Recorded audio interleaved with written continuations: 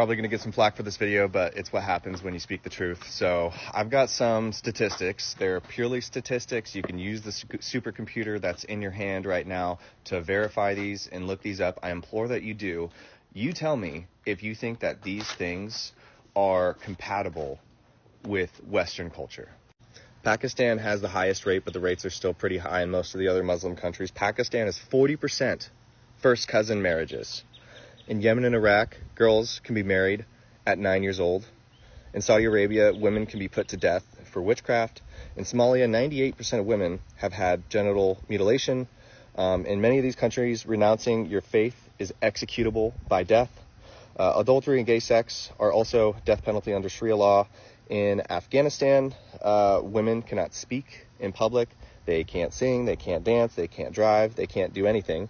Polygamy is legal for men. In many of these countries, rape victims get jailed for sex outside of marriage. Now, multiculturalism is a great thing when it's occurring to nations that have been homogenously European for thousands of years. The other way around, though, it is gentrification, it's colonialization, it's horrible, even though, white people are only 7% of the population. Now, before you say, okay, I mean, it's not that bad what's going on in Europe. In England, the number one boy name is Muhammad. Sweden went from one of the safest places in the country to having cities with more bombings in a month, making it literally more dangerous than a war zone in Baghdad. And to top it all off, a Swedish study showed that 79% of the asylum-seeking refugees who fled their country went back to visit. For anyone to say that it's just incompetent, bureaucratic politicians who are letting this happen, you're dumb. There's no way incompetence can lead to something this severe. It is absolutely intentional. Anyone saying otherwise is completely blind to all of the facts that I just presented that you can go and cross-verify yourself very easily. I implore you to.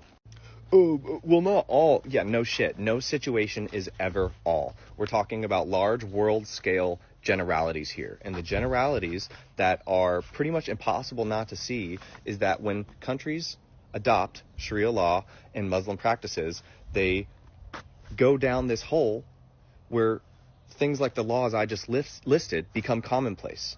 It's okay to stand up and say that it's morally abhorrent for these things to occur, and you don't want it in your country. It's like people leaving California for Texas because Cali went to shit, and then voting blue. It's the same thing, but literally worse, because the moral difference is such a large gap. It's intentional what's happening. These refugees, migrants who are coming in droves illegally, they're getting housing, they're getting healthcare, they're getting cash cards, they're getting phones, they're getting transportation. Your government fucking hates you, and you don't hate them enough.